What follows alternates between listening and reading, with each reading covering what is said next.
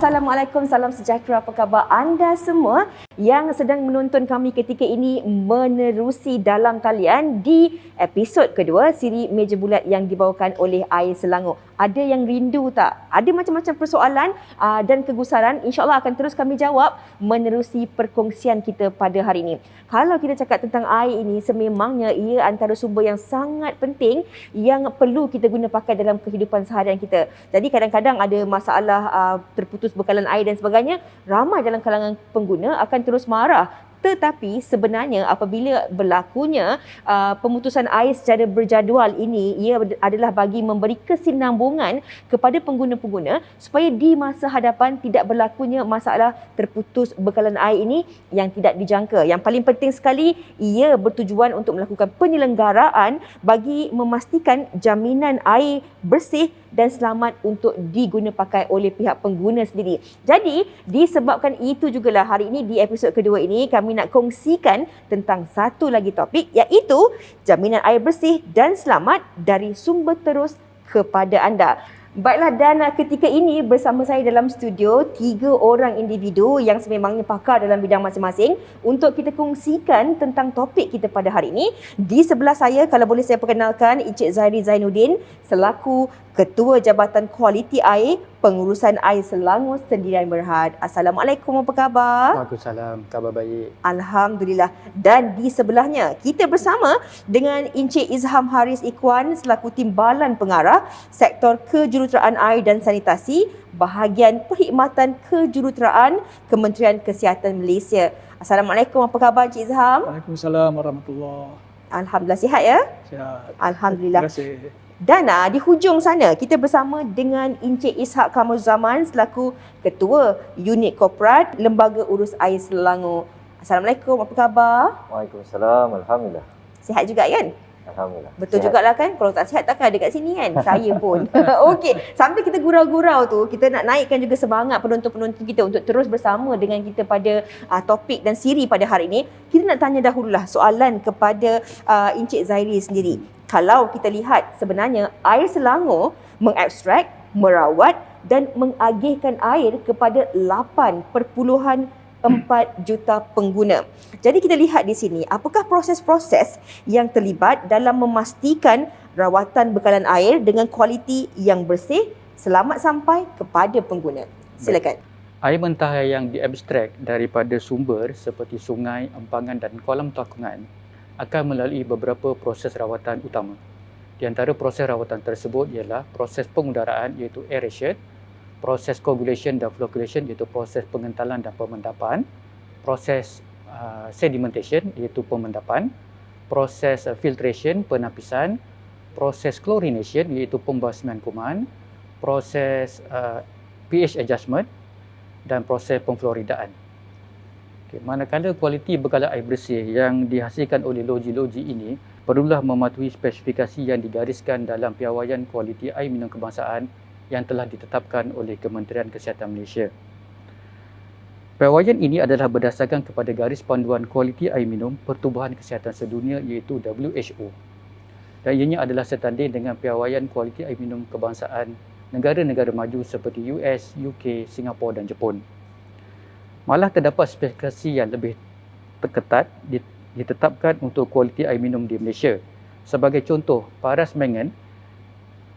maksimum mangan di dalam air minum di Malaysia adalah 0.1 mg per liter berbanding 0.4 mg per liter di Singapura dan Jepun. Cik Zahri, apa yang menarik perhatian saya yang ini mungkin saya tak pernah tahu sebelum ni, tak pernah ambil tahu, dan ini juga dapat membuka mata dan juga minda pengguna-pengguna kita yang mana kualiti bekalan air bersih dihasilkan di loji-loji ini mematuhi spesifikasi yang digariskan dalam Piawaian Kualiti Air Minum Kebangsaan yang ditetapkan oleh KKM, dan juga piawaian ini adalah berdasarkan kepada garis panduan kualiti air minum Pertubuhan Kesihatan Sedunia WHO. Jadi tak perlu ragu-ragu, tak perlu gusar. Dan kita nak tanya soalan seterusnya kepada Encik Izham sendiri. Kalau kita cakap tentang air yang baik, bagaimana sebenarnya kita nak tahu apakah yang dimaksudkan dengan kualiti air yang baik? Bagaimana juga kita nak pastikan bahawa proses ujian air yang dijalankan tu sebenarnya Izham adalah kualiti air yang baik dan selamat untuk kita semua ni sebagai pengguna-gunakan, Cik Zak? Terima kasih Fiza. Secara umumnya lah, kita bila kita definisikan kualiti air minum yang baik ialah air yang telah dirawat lah, ya. Dan air tersebut naklah selamat, ya, yang boleh diterima oleh orang ramai, ya, serta ianya mematuhi tahap piawaian kualiti air minum kemasan tadilah. So dari segi analisa kualiti air tersebut, ya, untuk makluman semua, ya, pihak KKM telah menjalankan program kawalan mutu air minum, satu program yang mana kita laksanakan untuk memastikan kualiti air minum bekalan air awam, ya, mematuhi ataupun memenuhi standard-standard yang telah ditetapkan lah, ya. Di samping tujuannya ialah untuk memastikan air yang diterima oleh orang ramai adalah selamat, selamat untuk digunakan lah, ya. So sampel-sampel yang diambil, ya, melalui program ini, ya, kami ambil secara rutin lah, secara berkala, ya, di seluruh negara. So dan sampel-sampel ini kami ambil, kemudiannya kami hantar ke Jabatan Kimia Malaysia lah untuk dianalisa, ya. Dan daripada analisa Jabatan Kimia tersebutlah kita akan mengetahui standard air yang kita gunakan. Sekiranya air yang kita gunakan tersebut mengandungi bahan-bahan pencemar, seperti bakteria, ya, bahan kimia dan sebagainya, Jabatan Kimia akan memaklumkan pada kami, ya, berkenaan dengan pelanggaran terhadap standard tersebut, dan kami seterusnya akan memberitahu atau memaklumkan kepada pembekal, syarikat pembekal air, untuk mengambil tindakan susulan lah bagi memastikan bahawa kualiti air yang diberikan kepada orang awam, ya, selamat untuk digunakan lah, ya. Itu. Ya. Jadi sebab itu jugalah pentingnya ada penyelenggaraan berkala, dan kadang-kala kalau ada juga terputus bekalan air secara tidak berkala, itu disebabkan oleh masalah pencemaran dan sebagainya. Ia perlu dilakukan bagi memastikan pengguna-pengguna mendapat bekalan air yang bersih. Ini yang kadang-kadang kita semua kena faham. Macam kehidupan jugalah kan. Kadang-kadang kita penat, kita kena makan ubat untuk kita sihat. Begitu juga air ini, ia juga perlu dirawat bagi memastikan pengguna-pengguna selamat dan ianya boleh diguna pakai oleh orang ramai. Okeylah, kalau kita cakap tentang keliruan pula kan, ada juga dalam kalangan pengguna-pengguna ni keliru antara peranan luas sendiri dan juga peranan air Selangor dalam pengurusan air di Selangor, Kuala Lumpur dan juga Putrajaya. Jadi kalau Encik Ishak boleh kongsikan apakah sebenarnya secara ringkas peranan luas yang sebenar dalam menguruskan sumber air mentah itu sendiri. Silakan Encik Ishak. Ya, terima kasih Fiza. Jadi Lembaga Urusan Selangor ataupun LUAS merupakan badan berkanun Kerajaan Negeri Selangor yang ditubuhkan pada tahun 1999 melalui enactment Lembaga Urusan Selangor 1999. LUAS sebenarnya berperanan untuk menguruskan sumber air, yakni air mentah negeri Selangor, yang mana ianya merangkumi air permukaan, contohnya seperti sungai, kolam dan juga air bumi serta perairan pantai sejauh 3 batu nautika daripada darat ke laut. Di mana peranan menguruskan sumber air ini sebenarnya dia menjurus kepada 2 perkara. Yang pertama iaitu memastikan kualiti air mentah di dalam keadaan yang baik, yang mana di dalam konteks yang kita bincangkan pada hari ini iaitu bekalan air kepada pengguna. Kualiti air mentah ini perlu dipastikan memenuhi piawaian kualiti air mentah yang disyorkan oleh pihak KKM, dan ianya boleh dirawat oleh kesemua 34 loji rawatan air pihak Air Selangor. Yang kedua iaitu memastikan kuantiti air mentah ini mencukupi bagi aktiviti-aktiviti yang memerlukannya seperti pertanian, perikanan dan sebagainya. Dan di dalam konteks yang sama seperti yang kita bincangkan tadi, kuantiti air mentah ini perlu dipastikan mencukupi untuk kesemua 34 LRA atau loji rawatan air bagi memenuhi keperluan air terawat pengguna. Kalau kita lihat rata-rata ramai juga dalam kalangan pengguna ini sebenarnya, walaupun ada pelbagai perkongsian, tapi masih lagi ragu-ragu tentang kebersihan air yang mereka gunakan. Itulah kadang-kadang beli 7 lapis, 8 lapis filter sebab tak puas hati, takut tak bersih dan sebagainya kan. Jadi air Selangor sendiri memang telah pun terbukti mempunyai makmal dengan teknologi yang canggih dalam memastikan kualiti air yang dibekalkan pada tahap yang terbaik. Jadi bagaimana sebenarnya teknologi yang terdapat di makmal ini sendiri dapat memastikan air yang dibekalkan kepada pengguna itu memang bersih dan cukup selamat untuk digunakan sebenarnya? Okey, macam ni. Bagi memastikan kualiti bekalan air sentiasa mematuhi piawaian yang telah ditetapkan, Air Selangor memantau sebanyak 1,375 stesen persimpangan air yang terdapat di seluruh negeri Selangor, wilayah Persekutuan Kuala Lumpur dan Putrajaya. Sampel-sampel air ini diambil dan dihantar kepada 3 makmal utama di dalam Air Selangor. Kesemua makmal ini dilengkapi dengan peralatan analisis yang canggih dan moden serta telah mendapat akreditasi ISO 17025 daripada Jabatan Standard Malaysia. Peralatan ini adalah seperti LCMS QTOF, GCMS dan ICPMS. Dengan adanya peralatan ini, keupayaan analisis makmal di Air Selangor telah dipertingkatkan di mana pelbagai jenis bahan cemar yang terbaru seperti sisa pharmaceutical, volatile organic carbon, semi-volatile organic carbon, total organic carbon dapat dikesan walaupun pada tahap kepekatan yang sangat rendah. Di samping itu, analisis kualiti air bagi parameter yang ditetapkan oleh Kementerian Kesihatan Malaysia, Air Selangor juga sedang dalam usaha untuk menambah skop akreditasi analisis seperti analisis untuk mengesan kehadiran Pseudomonas di samping 2 parameter mikrobiologi sedia ada iaitu E. coli dan total coliform. Pada tahun 2020, sebanyak 268,622 ujian kualiti air telah dijalankan ke atas sampel-sampel bekalan air di seluruh negeri Selangor dan tahap pematuhan yang telah direkodkan adalah sebanyak 99.74%.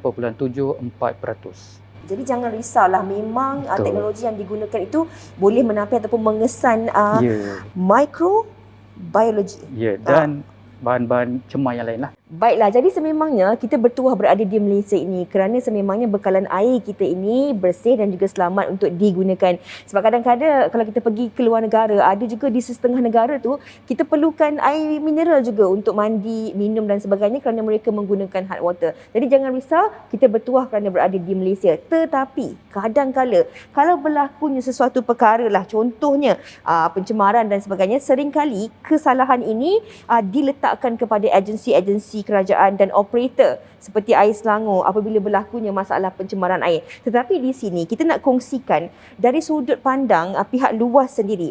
Bagaimana sebenarnya pengguna sendiri juga turut boleh memainkan peranan yang sangat penting sekiranya ternampak ataupun melihat berlakunya pencemaran khususnya di sungai-sungai sendiri. Silakan Cik Ishak. Saya mengambil kesempatan di sini untuk menegaskan yang mana peranan untuk memelihara dan memelihara sumber air ini, terutamanya sungai, bukanlah hanya terletak di bahu-bahu agensi kerajaan ataupun agensi-agensi terlibat yang lain. Di mana pemeliharaan dan pemeliharaan sumber air ini boleh saya katakan sebagai 4-piece puzzle yang mana memerlukan peranan yang pertama iaitu agensi kerajaan sendiri di mana berperanan untuk menggubal dan menguatkuasakan perundangan yang berkaitan untuk mengawal aktiviti-aktiviti berkaitan sumber air atau air mentah. Pihak yang kedua adalah badan bukan kerajaan ataupun NGO yang bertindak sebagai penggiat ataupun aktivis dalam membantu pihak kerajaan memantau sumber air. Manakala yang ketiga adalah private sector ataupun sektor swasta yang mana berperanan untuk melaksanakan tanggungjawab sosial terhadap pemeliharaan dan pemeliharaan sumber air dan alam sekitar. Ini juga merangkumi tanggungjawab untuk memastikan operasi ataupun aktiviti premis ataupun perniagaan mereka sentiasa dilakukan mengikut syarat-syarat yang telah ditetapkan oleh pemberi lesen ataupun kebenaran seperti pihak berkuasa tempatan ataupun PBT. Dan dalam masa sama tidak mengambil jalan singkat yang memberikan impak negatif kepada sumber air terutamanya sungai. Manakala pihak ataupun piece yang keempat iaitu orang awam sendiri ataupun masyarakat pengguna perlulah prihatin terhadap sumber air dengan memastikan sampah contohnya tidak dibuang ke sungai maupun saluran-saluran yang tidak sepatutnya seperti longkang ataupun parit yang mana akhirnya seperti yang kita semua tahu akan mengalir ke sungai. Jadi orang awam boleh memainkan peranan atau masyarakat boleh memainkan peranan dengan melaporkan sebarang aktiviti mencurigakan yang dirasakan berpotensi menyumbang kepada pencemaran sumber air dan sungai kepada pihak berkuasa. Jadi orang ramai boleh menghubungi luas ataupun mana-mana pihak berkuasa sekiranya terdapat aktiviti-aktiviti yang mencurigakan ini. Dan di luar sendiri kami boleh dihubungi melalui talian WhatsApp ataupun media sosial kami dan juga email aduan luas yang boleh didapati di portal dan juga media sosial luas. Inilah sebenarnya kita semua perlu memainkan peranan yang penting, betul tak? Untuk memastikan alam semula jadi kita ni, bekalan air kita ini terus bersih. Sebab janganlah kita ni kadang-kadang nampak sungai, kita pergi buang sampah lah dalam tu. Kalau kita sungai yang tak boleh mandi pun kadang-kadang orang ni dia ambil jalan mudah kan. Dia boleh buang sampah tu sebenarnya di tong sampah yang disediakan, tapi jalan mudah dia campak je ke dalam sungai. Ini yang tak nak. Dan kalau anda lihat perkara-perkara sebegini berlaku, anda boleh WhatsApp ataupun laporkan kepada luar sendiri. Dan saya kira cabaran yang terpaksa dilalui oleh pihak Air Selangor sendiri bagi memastikan kualiti air itu terjaga, terutamanya apabila berlakunya kes-kes pencemaran air mentah ini. Cik Zairi. Baik. Cabaran yang sering kali dihadapi oleh pihak operator air ialah kami perlu sentiasa peka dan berwaspada ketika melakukan pengawasan kualiti air mentah yang diabstrak ke dalam loji-loji kami lah. So pihak Air Selangor sangat berhati-hati agar air mentah yang tercemar tidak diabstrak ke dalam loji rawatan air kerana reka bentuk loji tidak berkebolehan untuk merawat semua jenis bahan cemar seperti minyak dan sisa bahan kimia pelarut organik ataupun solvent daripada kegiatan industri. Okay, air mentah yang tercemar ni, apabila yang kita menjadi kerisauan kita ialah apabila ianya telah memasuki loji rawatan air dan kita gagal untuk merawat, ia boleh mempunyai kemungkinan untuk sampai kepada sistem agian kita yang sepanjang 29,500 km dan 1,610 kolam perkhidmatan, dan ianya merupakan satu bencana kepada rakyat negeri Selangor. Tetapi kadang-kadang apabila berlaku situasi di mana pengguna menerima bekalan air berwarna, mengapa situasi ini berlaku dan apa yang sebenarnya pengguna perlu tahu? Okey, baik. Kadang-kala sememangnya memang bekalan air ke rumah pengguna boleh berubah warna disebabkan dari kandungan mineral semula jadi seperti ferrum dan mangan yang berada di dalam air terawat. Mana-mana loji yang di dunia ini menggunakan sumber air daripada yang mempunyai kandungan mineral ferrum dan mangan akan mempunyai masalah yang sama dengan masalah air berwarna. Jadi apabila air yang telah dirawat ini, ferrum dan mangan ini akan bertindak balas dengan klorin dan oksigen yang larut di dalam air. So dari segi fizikalnya, sebelum mereka bertindak balas, kandungan ferrum dan mangan ini tidak boleh dilihat dengan mata kasar. Dan apabila dia telah bertindak balas dengan kandungan klorin dan oksigen di dalam air, dia akan mula muncul dan kita boleh melihat dengan mata kasar kita. So itu sebabnya kita boleh melihat air kita itu berubah warna. Kemudian apabila ferrum dan mangan ini sudah terhasil, dia akan mendap dan duduk di dasar paip. Dan itulah apabila berlakunya pengguna menerima bekalan air berwarna ini adalah disebabkan oleh apabila berlaku tekanan air ataupun hal laju air di dalam paip tu bertambah dan menyebabkan sedimen ini terapung dan bergerak pergi ke rumah pengguna. Di kesempatan ini saya juga ingin mengambil kesempatan lah kepada pengguna-pengguna yang ada membuat pemasangan unit filter di rumah kan. Dan kita juga pihak Air Selangor ada menerima aduan daripada para pengguna yang mengatakan bekalan air berwarna yang dibekalkan oleh pihak Air Selangor ini berwarna coklat, kehitaman. Dan sebenarnya apabila kita membuat siasatan kepada rumah pengguna, kita dapati bahawa air yang berwarna itu adalah berpunca daripada air backwash filter. Oh, berdebar. Ya, kan? Air backwash filter. Jadi sebenarnya bukannya air daripada yang dibekalkan oleh Air Selangor lah. Jadi apa yang berlaku ialah tindak balas ferrum dan mangan ini boleh berlaku di dalam unit filter kita. So apabila sampai satu tahap masa tertentu, unit filter ini perlu di backwash. Dan air backwash itu maka akan zahir dan nampaklah dengan mata kasar kita yang air itu berwarna coklat kehitaman. Okey, ini soalan cepu cemas. Tak ada dalam soalan ni saya nak tanya. Perlu ataupun tidak sebenarnya kita ni memasang penapis-penapis air ataupun filter-filter tu? Adakah sebenarnya air yang dibekalkan oleh Air Selangor itu sudah cukup bersih yang tak perlu lagi kita memerlukan alatan tambahan untuk menapis lagi air itu sebenarnya? Baik, ini soalan yang menarik lah. Okay. Begini, sebenarnya pihak pengguna tidak perlu memasang unit filter di rumah disebabkan kualiti bekalan air yang telah kita bekalkan kepada pengguna telah mematuhi piawaian kualiti air minum kebangsaan yang telah ditetapkan oleh Kementerian Kesihatan. Mhm. Dan tambahan pula, saya suka menambah sekiranya unit filter di rumah pengguna menggunakan filter yang diperbuat daripada activated carbon ataupun carbon teraktif. So activated carbon ini fungsi dia selain dia memerangkap partikel-partikel yang berada di dalam air, ia juga memerangkap kandungan klorin yang telah kita letakkan di dalam air terawat kita. Oh. So apabila air terawat ni melepasi unit activated carbon ni, so daripada point filter tersebut sehinggalah kepada bilik air kita di dapur tu, air itu tidak lagi diprotect oleh klorin kita. Maknanya daripada point sepanjang mungkin lebih kurang 5 meter, 10 meter di dalam rumah kita tu, so air itu tidak ada sebarang defensif lah, maknanya sebarang mikroorganism ataupun bakteria boleh masuk di dalam air terawat kita yang digunakan di rumah.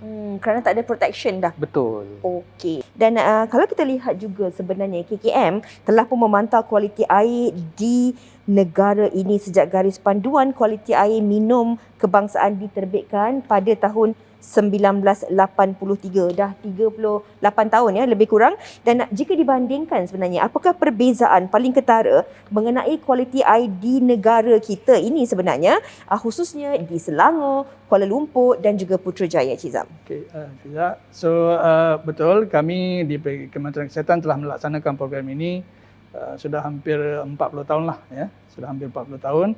Dan sepanjang pelaksanaan program KEMAM yang dilaksanakan oleh KKM ini, berdasarkan aktiviti pemantauan yang dijalankan, ya, secara keseluruhannya memang terdapat peningkatan lah dari segi kualiti air awam yang dibekalkan, ya, serta tahap kesedaran semua pihak akan kepentingan mendapat bekalan air minum yang bersih dan selamat. Ya. Kalau dari pemantauan yang kita jalankan, bilangan pelanggaran sampel air yang berlaku ya terhadap tahap piawaian kualiti air, ya, dan juga kadar kejadian wabak penyakit akibat bekalan air juga telah merosot lah, ya. Dah berkurangan lah dan amat jarang berlaku lah, ya. Di samping itu juga, selain daripada prestasi pencapaian setiap pembekal air awam seperti mana saya maklumkan sebentar tadi, kita juga ada melaporkan hasil pemantauan kami kepada pihak-pihak yang berkenaan, ya, melalui beberapa kaedah lain lah, seperti program jaminan kualiti, ya, QAP, dan juga pengukuran indeks kualiti air minum, ya, DWQI bagi rangkaian bekalan air awam seluruh Malaysia. Jadi berdasarkan kepada pemantauan yang dijalankan oleh program KEMAM sehingga Ogos 2021, ya, kalau kita lihat dari segi persampelan ataupun jumlah sampel yang kita ambil, jumlah pelanggaran tahap piawaian terhadap sampel-sampel yang diambil untuk negeri Selangor, untuk wilayah Persekutuan Kuala Lumpur dan juga Putrajaya amat sedikit, ya, berbanding dengan jumlah sampel-sampel yang diambil lah, ya. Di samping itu, kalau dari segi pemantauan terhadap quality assurance program yang saya nyatakan tadi, kesemua ataupun kesemua loji-loji dan rangkaian-rangkaian yang terbabit, ya, di negeri Selangor, wilayah Persekutuan Kuala Lumpur dan Putrajaya, berasaskan kepada parameter atau indikator yang terpilih, mendapati bahawa kesemua rangkaian tersebut mematuhi lah, ya, dari segi standard yang ditetapkan. Untuk indeks kualiti air minum ataupun DWQI pula, ianya merupakan satu kaedah penilaian yang diberikan, yang memberikan tahap rating atau indeks kepada rangkaian bekalan air awam, ya, dan keberkesanan ia membekalkan air yang selamat lah, yang boleh diterima ramai, dengan mengambil kira faktor-faktor seperti kekerapan, ketidakpatuhan persampelan, bilangan sampel atau bilangan parameter yang melanggar, tahap piawaian kualiti air dan juga tahap keseriusan lah pelanggaran tersebut lah, ya. Jadi berdasarkan pada pemantauan, aktiviti pemantauan yang telah dijalankan daripada 57 rangkaian bekalan air di seluruh Selangor, ya, pencapaian persampelan, ya, menunjukkan bahawa daripada 57 rangkaian tersebut, 96.5% ataupun 56 rangkaian yang kita pantau berada pada indeks excellent lah, ya. Hanya satu saja berada pada indeks good, ya. Untuk wilayah Persekutuan Kuala Lumpur dan juga Putrajaya pula, kesemua rangkaian yang berada di dalam kedua-dua kawasan tersebut berada pada tahap indeks excellent lah, ya. Indeks yang paling tinggi lah, ya. Jadi ini menunjukkan berdasarkan indeks kualiti air minum tersebut, bekalan air yang dibekalkan oleh pembekal air di Selangor, di wilayah Persekutuan Kuala Lumpur dan juga Putrajaya, berupaya memberikan bekalan air yang terawat yang terbaik lah Baiklah, itu dia tadi apa yang dikongsikan oleh Encik Izham. Kalau kita lihat rating kita sebenarnya excellent, satu saja good. Bermakna kita memang di Selangor, wilayah Persekutuan dan juga Putrajaya ini mendapat sumber bekalan air yang terbaik. Dan kalau kita nak berbalik kepada luas pula, kalau kita lihat RUU, Lembaga Urus Air Selangor Luas, pindaan 2020 ada menetapkan denda minimum sebanyak RM200,000 dan maksimum sebanyak RM1,000,000 kepada pihak yang didapati bersalah mencemar sumber air di Selangor, dan pindaan RUU itu turut meluluskan hukuman penjara yang dijadikan kepada hukuman mandatory kepada pesalah, di samping memperuntukkan hukuman pencemar sumber air perlu membayar kos membersih kesan pencemaran kepada luas. Jadi dengan adanya pindaan RUU ini, adakah ia sebenarnya sedikit sebanyak memberi lebih kuasa kepada pihak luas sendiri untuk mentadbir urus sumber air dengan lebih efektif lagi? Silakan.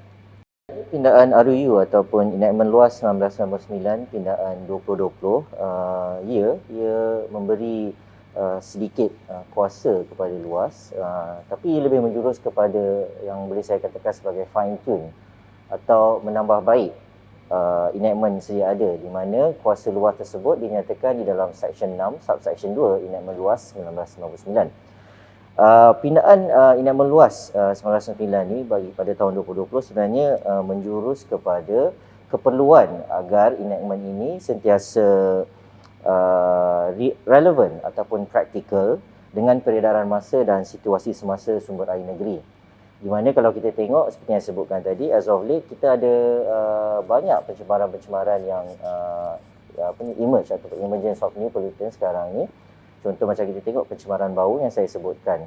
Di mana di dalam pindaan Enactment Luas 1999 ni ada 12 section yang telah dipinda, yang mana kedua-belah 12 ini menjurus kepada lebih kepada severity ataupun tahap hukuman yang perlu dikenakan terhadap pesalah-pesalah sumber air. Di mana di dalam antara section-section yang dipindah ini juga kita ada memasukkan berkenaan dengan parameter bau sebagai salah satu kesalahan mencemar sumber air. Dan seperti yang disebutkan oleh Fiza sebentar tadi, perubahan ataupun pindaan tersebut yang melibatkan subsection 79, section 79 subsection 4, di mana denda minimum RM200,000 dan maksimum RM1,000,000, mandatory 3 tahun hukuman penjara, dan Mandatory? Mandatory 3 tahun penjara. Sebelum ni atau but dengan pindaan tahun 2020 ni mandatory penjara 3 tahun. Dan juga seperti yang disebutkan juga tadi, kita memperuntukkan di dalam enactment ini hukuman kepada pencemar sumber air tersebut untuk membayar segala kos-kos pembersihan, mitigation of the pollution oleh pesalah pencemar tersebut, oleh pesalah tersebut. Jadi kalau boleh saya katakan secara dasarnya, pindaan Enactment Luas 1999 pindaan 2020 ini menjurus kepada untuk meningkatkan tahap hukuman tersebut sebagai salah satu deterrent factor ataupun faktor pencegah untuk mengelakkan mana-mana pihak agar tidak sewenang-wenangnya mencemarkan sumber air, dan in other words kita boleh katakan sebagai satu langkah lah untuk memberi amaran kepada pesalah-pesalah ini agar tidak mencemarkan sumber air kerana dengan hukuman yang begitu tinggi. Dan untuk makluman semua, ini juga adalah menjunjung titah Duli Yang Maha Mulia Sultan Selangor di dalam pembukaan Dewan tempoh hari yang menyatakan hukuman ke atas pesalah sumber air ini perlu dipertingkatkan agar ia menjadi teladan dan peringatan kepada semua pihak. Baiklah. Dan kita harapkan dengan adanya RUU yang telah pun dipinda ini dapat jugalah memberi satu orang kata tamparan kepada mereka yang sedang menonton ketika ini bahawa pentingnya untuk kita menjaga kesejahteraan, keseimbangan dan juga kebersihan alam sekitar kita, terutama sungai kita, bagi memastikan sumber bekalan air bersih kita ini sentiasa terjaga dan juga terjamin. Dan ini soalan terakhir kepada Air Selangor sendiri. Kalau kita lihat apakah antara inisiatif lain dan terbaharu yang dilaksanakan oleh pihak Air Selangor sendiri dalam memastikan kualiti air yang pakai oleh pengguna ini dapat ditingkatkan, dan boleh juga tak kalau dikongsikan kepada kami tentang inisiatif Trust Our Tap? Trust Our Tap adalah polisi yang merangkumi pelan strategik, taktikal dan operasi untuk memantau kualiti air di rangkaian agihan yang selari dengan visi dan misi syarikat. Polisi ini dibangunkan untuk mengurus tadbir sasaran bekalan air boleh diminum terus pada tahun 2028 dan pemeliharaan kualiti air selepas proses pengeluaran bekalan air terawat melibatkan 33 rangkaian bekalan air. Ini adalah merangkumi strategi kerja-kerja pengawasan, penyelenggaraan, pencegahan dan pemulihan di rangkaian agihan sehingga ke takat meter premis pengguna. Bekalan air boleh diminum terus diukur melalui pencapaian petunjuk prestasi kualiti air iaitu piawaian kualiti air minum kebangsaan yang perlu melebihi 99.9% dan Drinking Water Quality Index yang perlu melebihi 80% indeks.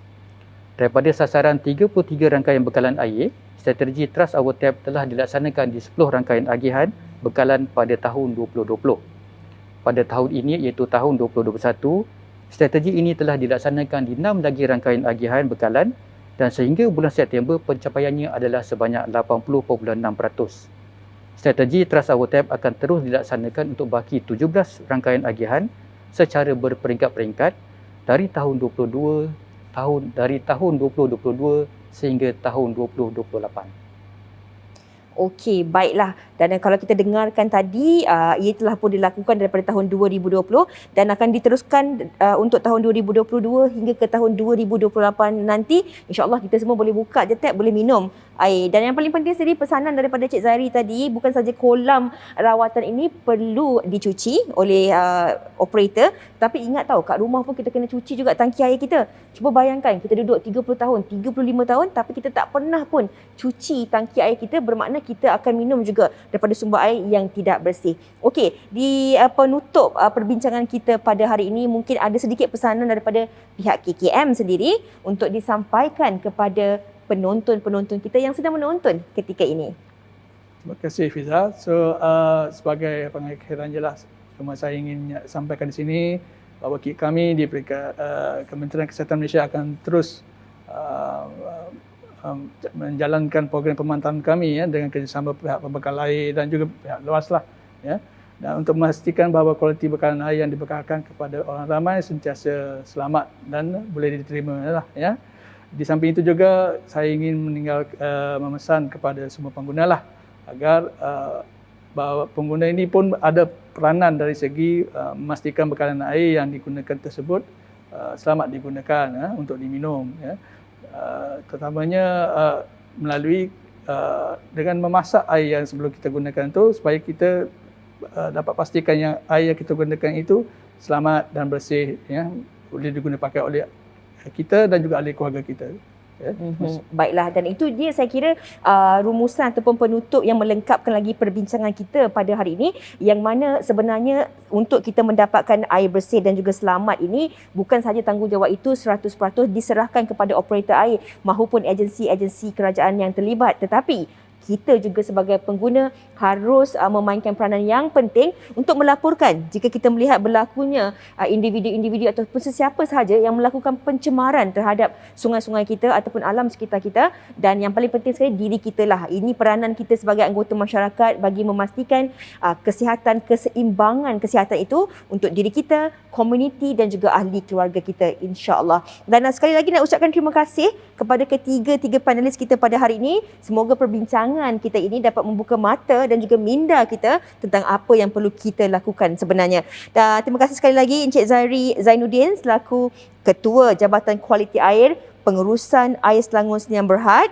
Terima kasih juga kepada Encik Izham Haris Ikhwan selaku Timbalan Pengarah Sektor Kejuruteraan Air dan Sanitasi Bahagian Perkhidmatan Kejuruteraan Kementerian Kesihatan Malaysia, dan juga kepada Encik Ishak Kamaruzaman, Ketua Unit Korporat Lembaga Urus Air Selangor. Terima kasih sekali lagi.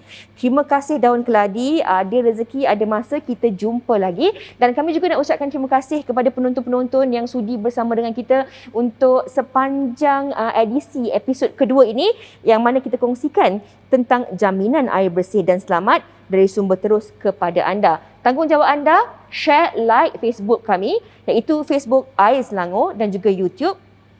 kongsikan bersama ahli keluarga anda, rakan-rakan anda agar perkongsian ini dapat menjadi perkara yang bermanfaat, dapat kita guna pakai dalam kehidupan seharian kita. Pastikan janji temu anda bersama dengan kami di Facebook Air Selangor ini untuk siri-siri seterusnya dalam siri Meja Bulat Air Selangor. InsyaAllah kami akan kembali dengan pelbagai lagi perkongsian-perkongsian yang menarik untuk anda. Jadi sehingga berjumpa lagi. Assalamualaikum.